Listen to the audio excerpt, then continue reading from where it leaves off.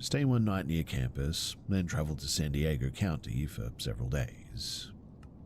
There were 6 of us, all women, and we rented a single vehicle for convenience. The drive south was pretty uneventful. The problems began only when we checked into the short terminal rental that we had booked for 2 nights. So the house was located in a densely populated but poorly maintained residential area near a major road. Entry required unlocking a metal gate secured with a combination lock, after which a narrow driveway led to the house. The property had a detached storage structure at the rear that was listed as off-limits. The yard was pretty overgrown, and visibility from the street was pretty limited by the fencing and the vegetation. All doors technically functioned, but none felt particularly secure by any means. Inside, the layout was simple. 3 bedrooms, 1 bathroom, a combined kitchen-living area, and an enclosed front sitting space with large windows. We used that area frequently during that evening because it was separated from the rest of the house and felt sort of semi-private, I guess.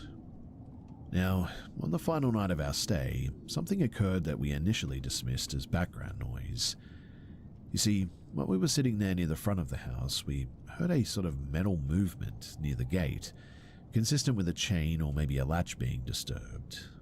No one investigated immediately, and after a short discussion, we sort of went back inside and locked the doors again. Most of the group went to bed between about 11 o'clock and midnight, and one person stayed awake in her room video chatting with someone back home. Another friend reminded us later about studying, and I went to sleep shortly after midnight, I think. Now, I must have woken up sometime at around 2:30 in the morning by someone shaking my shoulder and telling me, quietly but urgently, that something was wrong. At first, I assumed it was anxiety or maybe confusion, but I followed her into the living room where several others were now gathered, visibly distressed. Before anyone explained, we all heard distinct movement coming from the kitchen area. It wasn't a single noise, mind you, but a sequence. Light impacts, shifting objects, and what sounded like drawers being opened and closed. Nobody was speaking at that point. The source was not visible from where we were standing, but at that moment, the situation shifted from confusion to threat assessment immediately. We woke the remaining people, consolidated into one bedroom, and barricaded the door with available furniture. 2 of us stayed positioned near the door while others contacted emergency services. And while waiting, we heard additional sounds consistent with footsteps moving between the rooms. These were not constant, but intermittent, and the sounds didn't respond to us making noise, calling out, or deliberately knocking on the walls or anything. And that absence of reaction was a bit disturbing, to be honest. Law enforcement arrived after a significant delay. Entry required one of us to unlock the door from the inside.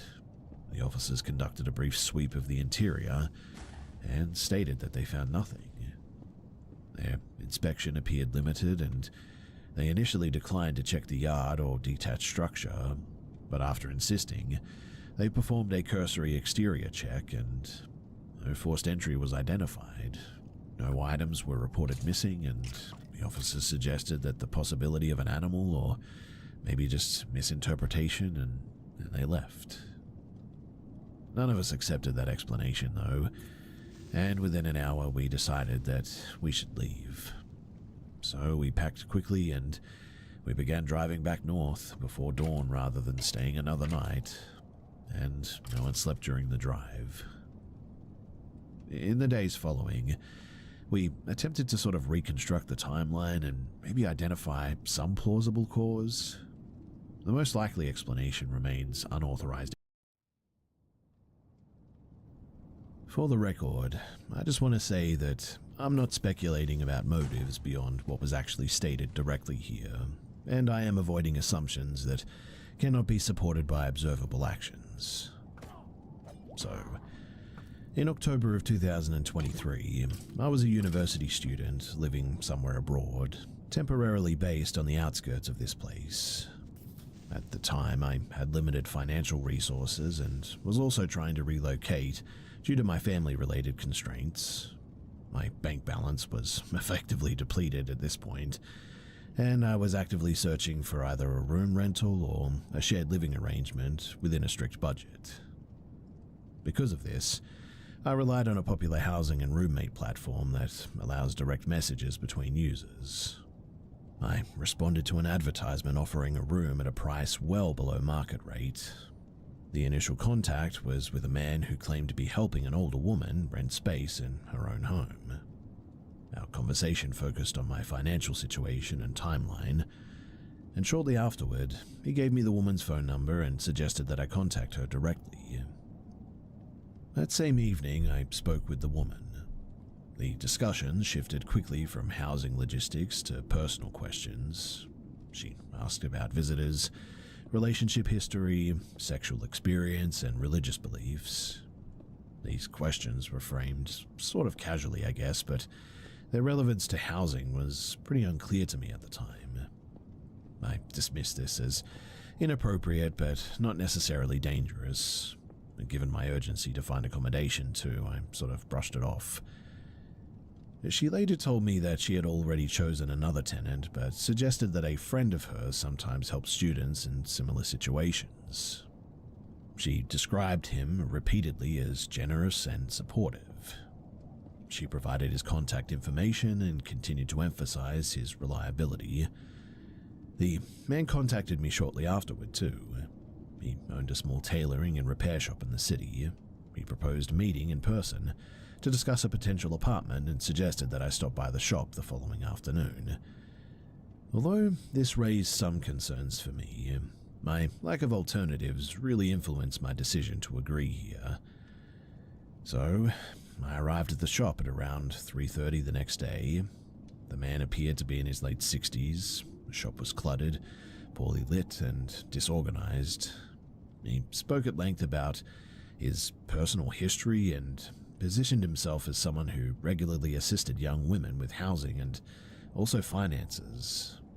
He claimed that an apartment nearby would be available for 3 months, starting in November, and that he could convince the owner to extend the arrangement.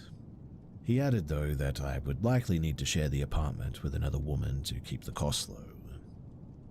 After leaving, he contacted me again and asked whether I would be willing to help clean and organize the shop in exchange for some cash.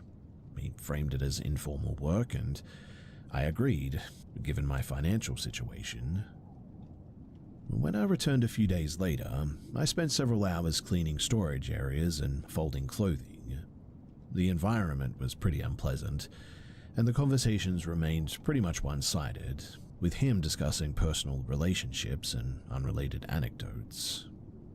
Toward the end of the visit, he suggested that we go to view the apartment, so we drove together to the location. The apartment itself was functional, but pretty unwelcoming. The woman who answered the door was dismissive and ended the visit abruptly too. I indicated that I needed to leave afterward, but instead the man insisted on stopping by his own apartment first, stating that it was only fair that I see it as well. At his apartment, he showed me a single bedroom and suggested that I could stay there temporarily if my housing situation became urgent. He mentioned that other young women had done so in the past. I declined without confrontation, and he paid me for the cleaning work and dropped me back at the public transit station.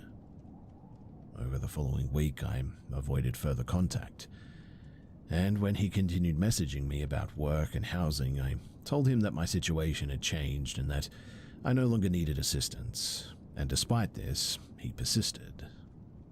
Due to another unexpected expense, I eventually agreed to return to the shop for one more day of work. The visit differed in tone this time. During the cleaning, he began describing previous arrangements with students that he claimed to have helped, repeatedly referencing money, hotel stays, and even some sexual encounters. He framed these stories as normal and mutually beneficial. I didn't encourage the conversation at all, and I even attempted to redirect or leave at some point. He then began asking me personal questions, similar to those previously asked by the woman. He suggested visiting a supplier where clothing would need to be tried on without private facilities. He referenced other women who had supposedly been comfortable doing this. When I stated that I was not in a relationship, his demeanor changed noticeably too. His questions became explicit and increasingly direct. At this point, I indicated that I needed to leave immediately. He had not paid me yet, mind you, but he went to retrieve the money and asked me to follow him to the back of the shop. I stopped near the doorway instead. When he returned, he briefly withheld the payment and suggested going to his apartment in exchange for additional money. I declined and repeated that I needed to leave. He continued negotiating, escalating from money to physical contact, including requesting a kiss at one point. I refused, though, and reiterated that I was leaving. After several seconds, he released the payment and gave me a bag of items that I didn't inspect. I exited the shop without further interaction, and that was it. Once outside, though, I discarded the bag and I left the area using public transit. I blocked his number, and the woman's number as well, immediately. Later that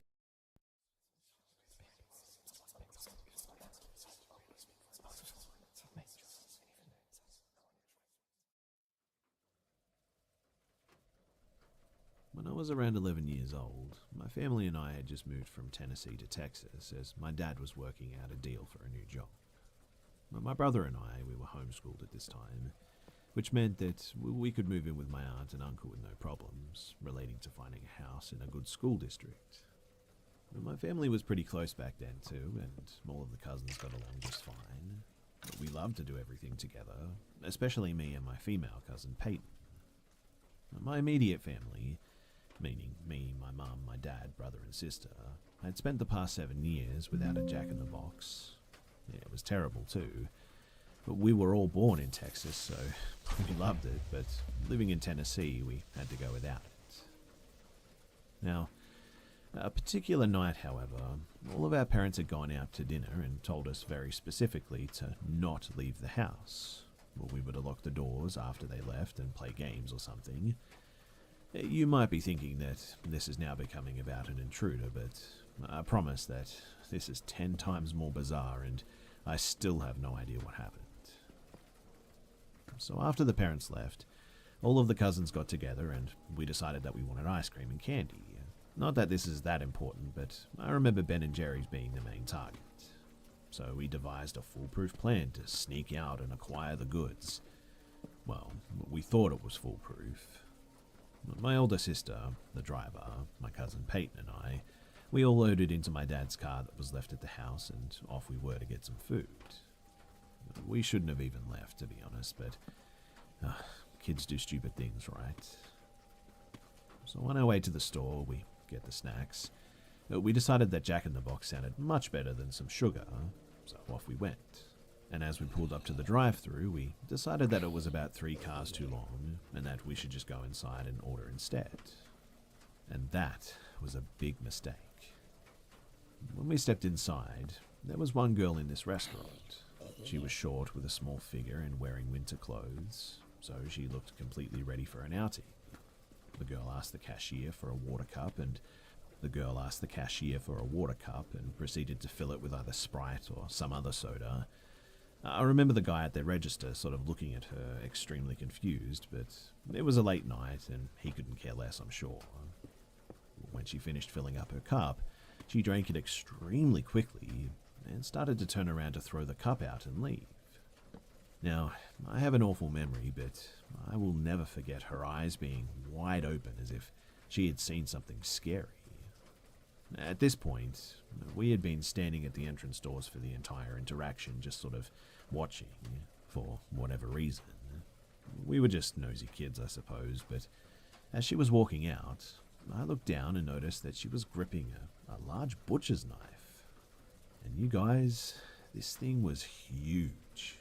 Immediately my heart dropped and I heard my cousin begin to freak out. So this knife-wielding girl leaves the restaurant and We go on to order our food, talking about it to the guy at the register and kind of laughing it off, but also still very curious, confused, and a little bit scared, I admit.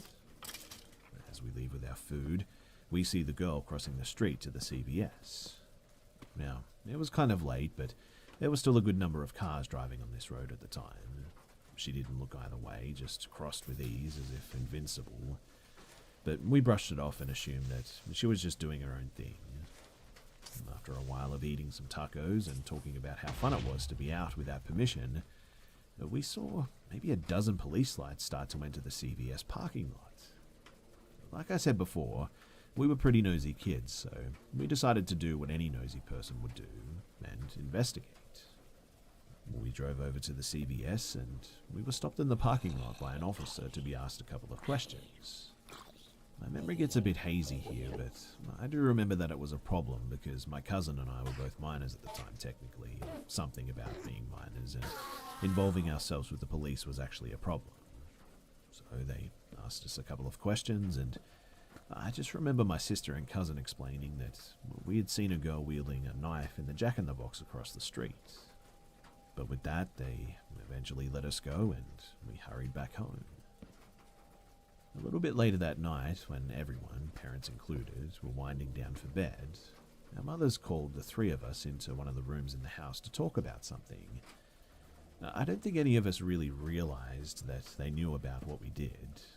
They sat us down and calmly asked us what we did tonight, and I think we lied, but I don't quite remember. Either way, it was useless because somehow they knew everything, and even what we didn't know. You see, our mums told us that someone on Facebook had posted about 3 heroic girls that knew information about the girl in the situation that I'm about to explain to you. Heroic? Hardly. All we did was answer a few questions. Nosy? That's probably more like it.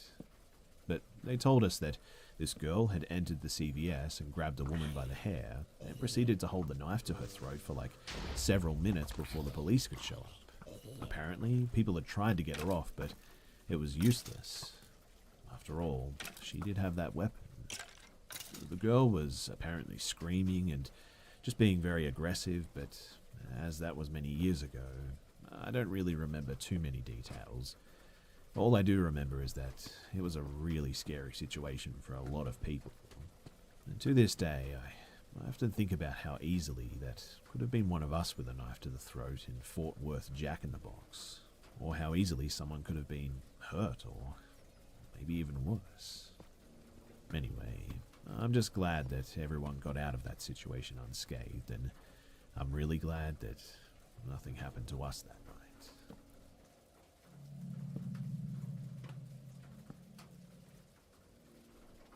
So I used to order pizza a lot. I mean, I love pizza. Who doesn't, right? Well, my local pizza place, it got a new driver who just way overstepped the boundaries of what's acceptable. I mean, he tried to force his way into my home at one point to share dinner with me, and just really general creepy behavior. So I stopped ordering pizza altogether. Well, really, I personally never noticed anything. I have a security system, so I figured all was well, and I never check it really.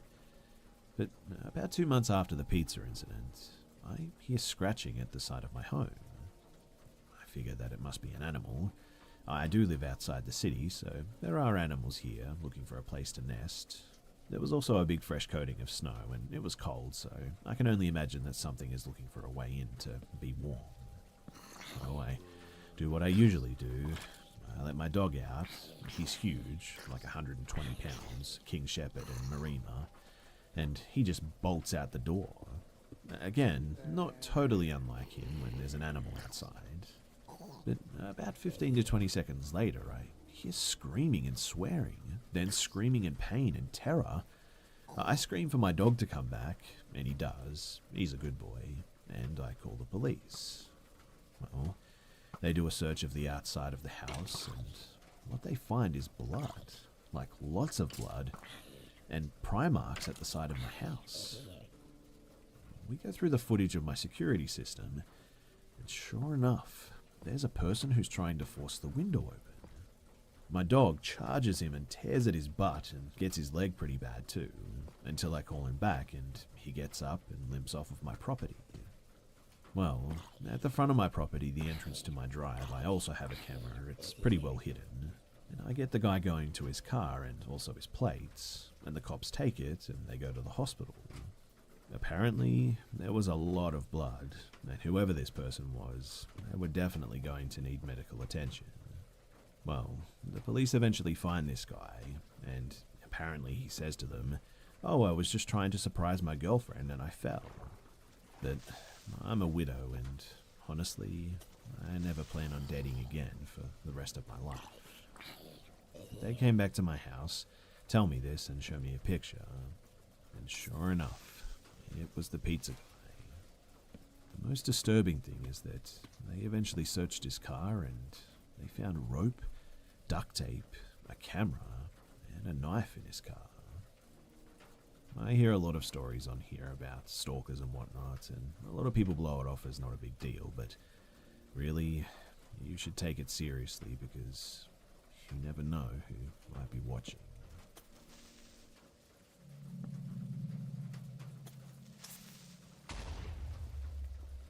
So a few years ago, I, a female and 17 at the time, would attend community college at the outskirts of my hometown. I would take an hour-and-a-half long bus drive because both my parents worked, and my other siblings were too young to drive me, so it's what I had to do. The outskirts of my town, despite being the literal outskirts, are more populated than you'd expect, with strip malls and apartment buildings. Pretty much everything you need is there. The bus would drop me off about maybe 4 blocks from my university, which isn't too far, and I always enjoyed those few minutes. It gave me time to sort of disassociate. Anyway, this one time I left my phone at the library, like a true idiot. Using my brother's phone, I called a friend who worked at the school library during the late evening shift, 7 to 9, and he said that he'd bring my phone to me, but he lived closer to the college than I did, so I told him that I would just meet him at his shift and I would pick it up myself. He said okay to this, and I boarded the bus at around 6. Now, I get off the bus at my usual spot, and the place looked, well, deserted. I'd never been there that late at night before, and maybe it was because it was a weekday that people were home, or I don't know, but I had my brother's phone in my pocket, and I just clutched it tighter and tighter and picked up my speed until I was practically jogging.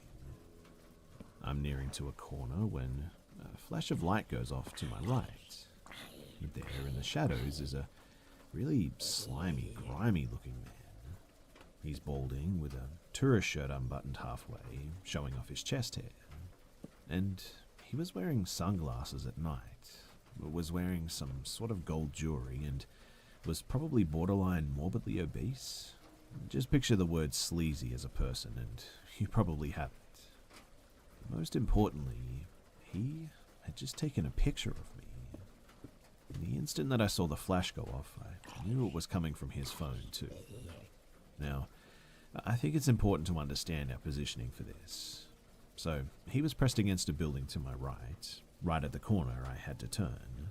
I was about 10 feet away from him, and to my left, on the same side of the street, was a car with blacked out windows, no license plates, directly across the sidewalk from this man.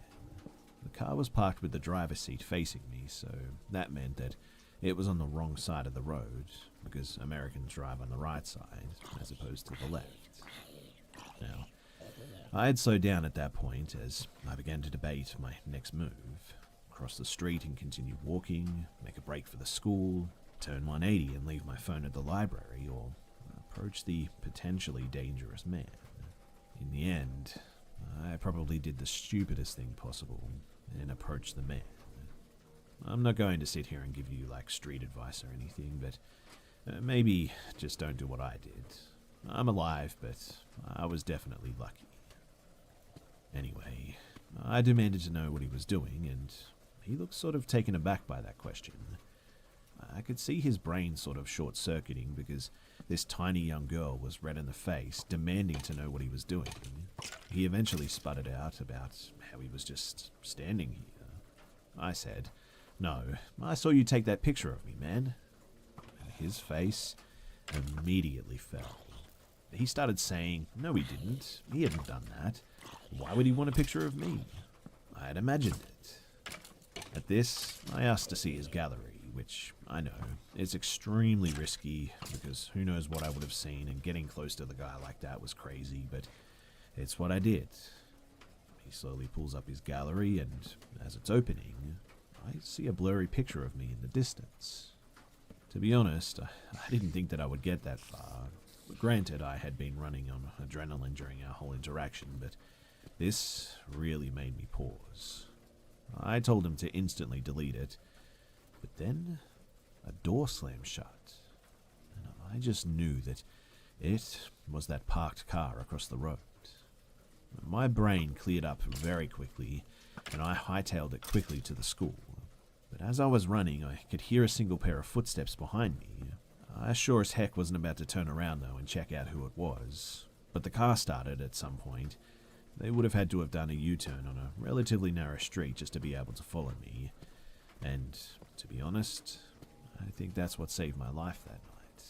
The fact that the car was parked facing the wrong direction. Eventually I reached the school out of breath and in tears. My friend opened the building for me and I was crying, explaining what happened. He locked us in while we waited for the police, but unfortunately the sleazy guy and his buddy, they were never found. Anyway, my mum had gotten out of work by that point and I called her to ask to pick me up. We waited with my friend until the end of his shift and drove him home too. Needless to say, these days I carry Mace with me everywhere I go now, and am yet to find a police report stating a guy matching his description had been arrested. To be honest, I don't think the police actually believed me fully, but who knows. Oh, and to this day too, I wonder, what would have happened if I hadn't have confronted him? Would I be here to write this story out? Or did I put myself in unnecessary danger by doing that? I don't know. All I can say is that I'm thankful that I'm here.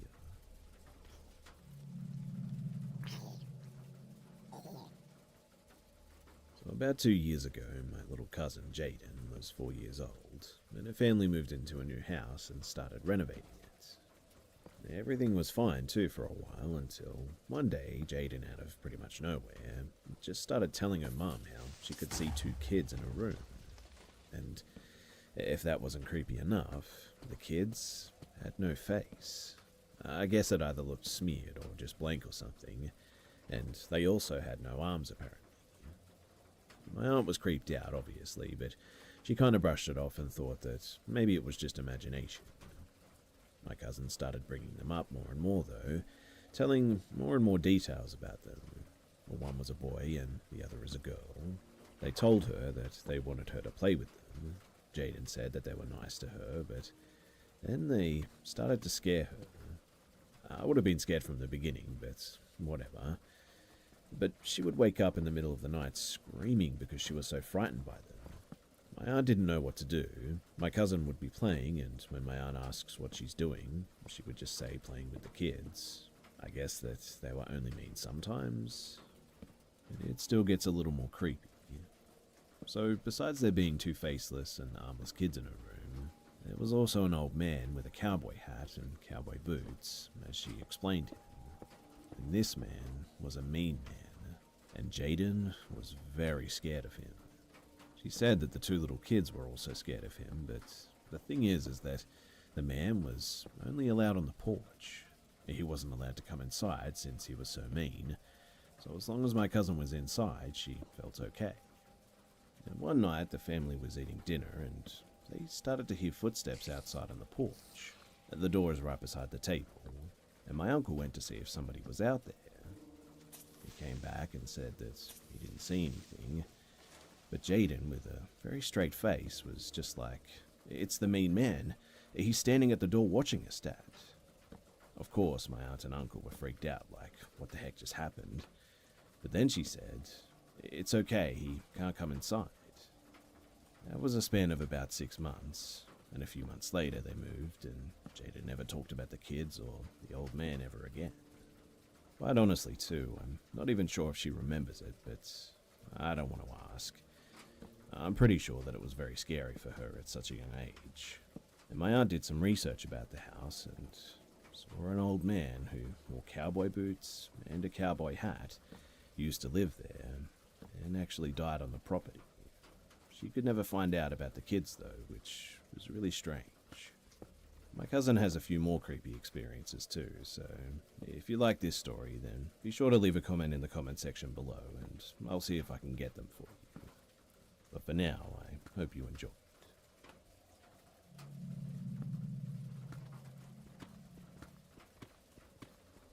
My grandma's house is really old. It was built in 1880, and my grandma grew up in this house, and she raised my dad there as well. My grandma and I were very close. She was a movie buff and passed that interest along to me. My sister was always more fond of my mum's parents, but they died when I was like 10, and they had been fighting cancer for like 4 years. So I didn't have many good experiences with them, which was kind of sad. But anyways, fast forward to 2007. I'm 17, and now my grandma is dying. Crohn's disease and leukemia have really taken their toll on her. My grandma passes away at home peacefully, thankfully, and my dad inherits this house and its payments. But unwilling to just give it back to the bank, my sister and her new husband decide to move in and make the payments so that my dad didn't have to. We all helped clean out all of Grandma's old stuff except the basement. All that was really left down there, though, was some old canning and jarring stuff. My grandma liked to make her own jams and jellies. But eager to get out on my own, I moved out of my parents' house and in with my sister and brother-in-law. A couple of years go by, and my sister says that she sees some stuff and hears things at times. Neither me or my brother-in-law ever did. Mind you, I'm really not the supernatural, paranormal type sort of person, and generally I'm pretty skeptical. But eventually they get pregnant and decide the house is too old to try and update and baby-proof, so they decide to move out. So now it's just me and the 2 cats. After some time, my girlfriend moves in with me too, but she's very superstitious and would often tell me that she hears things like footsteps from upstairs. We stayed in a small bedroom on the main floor because the upstairs of the house had the poorest insulation ever, and if it was cold outside, it was pretty much freezing up there, vice versa in the summer as well. Being the skeptical person that I was, I always had some sort of an explanation for what she heard. Maybe it was Chaz. My sister's cat Chaz was huge. She easily weighed like 25 pounds and had a very heavy step for a cat, and was not graceful at all, and she liked to sort of sneak upstairs. So to me, it just all sort of added up. But one night, while at work, just down the road a few hundred yards, I get a picture from my girlfriend, and super excited that it might be a nude. You can imagine my confusion when it's a picture of the cats, both on the bed with her staring intently at the doorway. The text reads, "Someone's in the basement, come home now."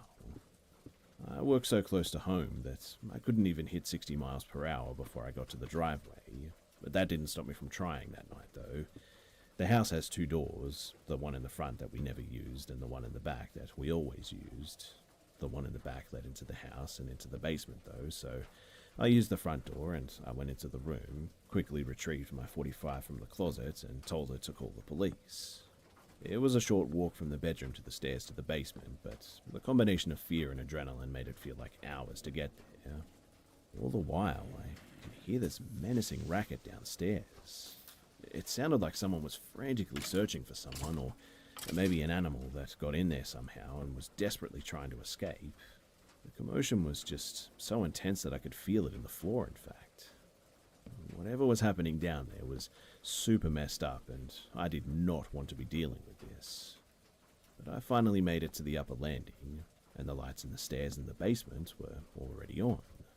So instantly, the animal theory was dismissed for something much worse. I thought to myself that if there's a guy down there, then I'm going to have to kill him. And this was definitely the worst nightmare scenario territory that I've ever been in. Suddenly, though, the sound of a big shelf crashing to the ground breaks my concentration, and without even thinking, I level my pistol down the hallway. I shouted, "Come out slowly with your hands up, or I'm going to have to kill you." But my command was met with silence. Nothing. No sound. Maybe there was some sort of ambient noise, but my heart was beating so hard and fast that I couldn't hear anything else. A moment passes, and there's literally no other exit but the stairs, so I decide that aggression is my only option. So I hurry down the stairs and begin clearing the basement, ready to pull slugs into anyone that I might find. But when I do, there's just no one. It's not a big basement, too, and there's really nowhere to hide. After a thorough sweep as well, I start noticing things, weird things, like, where's the mess? All that noise, but nothing's out of place? What about the shelf that I just heard crash to the floor? Still up against the wall where it belonged. And when I say nothing, I mean absolutely nothing had been disturbed. I've never, ever felt so confused in my entire life. There's just no way with what I just heard that anything could have been intact down there, but here I was, and nothing. The adrenaline sapped from my body and turned my legs to absolute jello, and I just sort of slumped against the wall, bewildered at the sight of the basement untouched. A couple of moments later, and the police arrived. We all looked around in the basement and outside, but we couldn't find any sign of an intruder or an escape or anything. In the end, they tell us to call again if anything else happened, but it never did. As a matter of fact, I never experienced anything else ever again in that house. But I did move out about a year later in 2010. So, to this day, I still have no explanation for what happened that night. I don't necessarily think that it was a ghost or anything. I mean, like I said, I literally saw nothing. No voices, cold spots, no apparitions, nothing. But I definitely heard something impossible.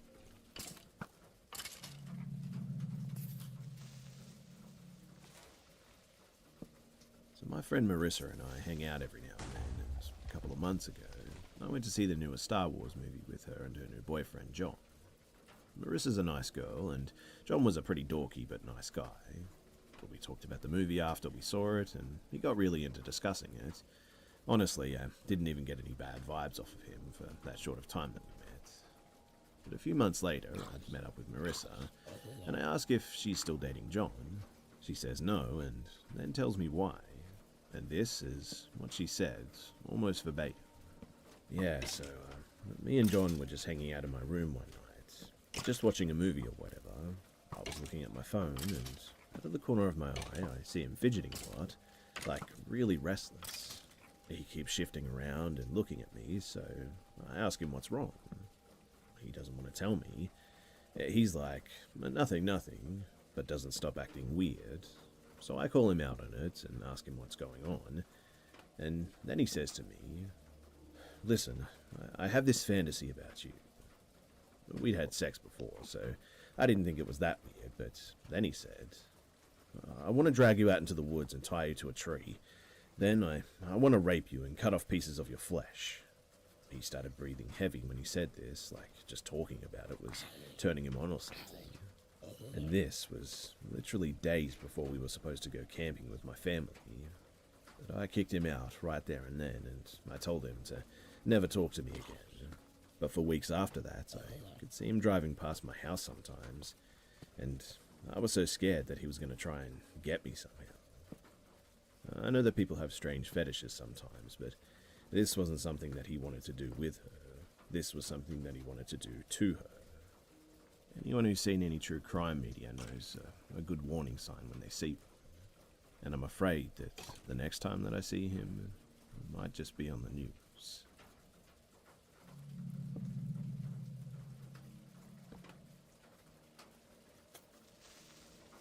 This happened around 10 years ago in the south of the UK. For reference, I'm a 28-year-old male, and at the time I was working part-time at a fuel station on an A road which linked a small village to a ring road into the nearby city. The village itself was quiet, high-end, and extremely expensive to live in. It was the sort of place that only had one chain store, and it was a Waitrose. Everything else was either boutiques or privately owned gourmet grocers. So, as someone who has always enjoyed cars, it was always fun to see what kind of high-end luxury sports cars would adorn the forecourt on any given day. And this is where I met Michael. Michael was in his late 40s, dark hair, well-dressed, always wore Gant or Ralph Lauren, or on his workdays, tailored suits, etc. He was an all-round nice guy, exceptionally polite, which was actually a rarity, as most of the residents of the surrounding area seemed to despise anyone who didn't qualify for the additional tax brackets. But we got chatting about his collection of vehicles, or the watches that he wore one day. He'd always show up wearing some kind of Rolex and driving his Aston Martin, Range Rover, or Porsche, so there was always a lot to talk about. I got to know that he worked in finance, and the conversation got onto what I was planning to do with my life. I also wanted to work in finance, and we'd always have these pleasant conversations until I left that part-time job in favour for taking up an apprenticeship role at my uncle's brokerage. But Michael is important to this story, and we'll get to why shortly. So something to be known about my uncle is that he's a man with a lot of fingers and a lot of pies, almost literally. And what I mean by this is that, as well as his brokerage and property portfolio, he also owned a few takeaways for cash flow purposes. I think we all know what that means, though. And as such, I would occasionally step in as a delivery driver when a driver would let him down. Luckily, my uncle also lived in the previously mentioned village, and the main pizza place he owned catered to the residents of said village, so tips were usually quite decent, and my uncle would usually throw me a few quid for helping out. Fast forward to summer of 2008 though, and I've been roped into dropping off a few pies at a property on an extremely prestigious road. Average house price here is well above 1.4 million, and I'm intrigued to actually get close enough to see what these houses actually look like, as they're all gated and set far back from the road behind a shroud of trees and shrubs. So I find the place and buzz the intercom, when a voice comes back, sort of muffled, just saying, "Yes?" So I answered with the name of the takeaway, and the gates slowly open, and I make my way up the driveway to a very large mock Georgian home, complete with detached four-car garage, and that's when I see Michael's number plates. He had initials for his cars with the numbers 1, 2, and 3, and it was the same for his wife as well. I must admit, I was interested to see how close the sort of life this guy had, if I'm completely honest, especially as a young aspiring financer. So I exited my car, brought out the pizzas, and the double doors opened, and that's when I saw a very unfamiliar face looking back at me. It was a man, early 20s maybe, thin and shaved head. I can remember that he was wearing no shirt and some scruffy jeans and trainers. He was also holding something behind his back. "Hey, bring the pizzas through to the kitchen." I can remember his voice being hoarse and barely audible, and with an accent that I'd never heard before. Nervously, I said nothing, and I just looked at him, which made him sort of visibly angry. "Bring the pizzas through," he repeated, more aggressive this time, and I finally responded. "Where's Michael? This is Michael's place, right?" It was completely true that in situations like this, your mouth goes completely dry, and to always follow your gut. This guy was setting off alarm bells and telling every fiber of my being to just get off this property. Unfortunately, this is when it dawned upon me that it's a gated property and I was actually locked in. And then things went from bad to worse. I distinctly remember the terror swelling up inside of me when he moved his hand in front of him to show me a large kitchen knife and uttered the words, "Run." And at that, I dropped the pizza into the gravel, left my car, and decided that I'd have a better chance of survival by running down the driveway and lifting myself over the gates. They were the wooden type that had no decorative spears atop them, luckily, but all the while I could hear his feet crunching onto the gravel behind me. I didn't look back and managed to pull myself up and over the gates and hurling myself onto the pavement beneath me. The adrenaline in my system still had me running for what seemed like hours, but was perhaps only 10 minutes at most until I was a good few streets away. and I decided that it was now time to call the police. The police met me at the park that I was hiding at. One officer stayed with me, and the other proceeded onto the property along with another patrol car. At first, I got the distinct impression that they didn't actually believe me or thought that I was up to something, but after my uncle arrived to pick me up and vouch for me being sent there to deliver pizza, the PC in question backed down. Upon their arrival at the property, they basically found nothing, just my car with slashed tires and broken windows, alongside of feces being smeared across part of the kitchen. There was food strewn about the place, and also a needle found in one of the bathrooms, but no sign of the man who threatened me. Michael and his family at the time were actually visiting family in Australia, I later found out. I never did go back for another shift at the pizza place after that, too. But after this, I learnt that wealth and apparent financial security is just completely illusory. People are just people, and there are some sick and tormented people out there who will always find a way to carry out their twisted actions. And if anything, I've had more encounters with crazy people since moving away from my council estate roots and into suburbia.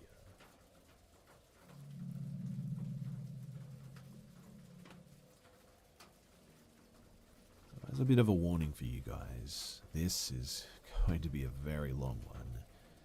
I'll try to be as concise and organized as possible, but this is my third draft now trying to tell this story as neatly as possible.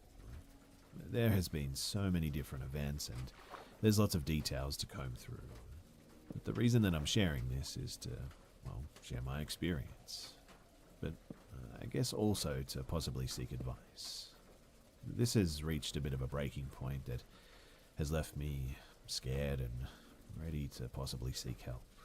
Be it a spiritual medium, an exorcist, or maybe even a psychologist. Whatever the case, I believe that something is harassing myself, my girlfriend, my house, my family, and very importantly, my children. I don't think that this is a passive being, and every time something new happens, I believe more and more that this is possibly dangerous. But before I get ahead of myself, to give some backstory, I'm 26 and my girlfriend is 22.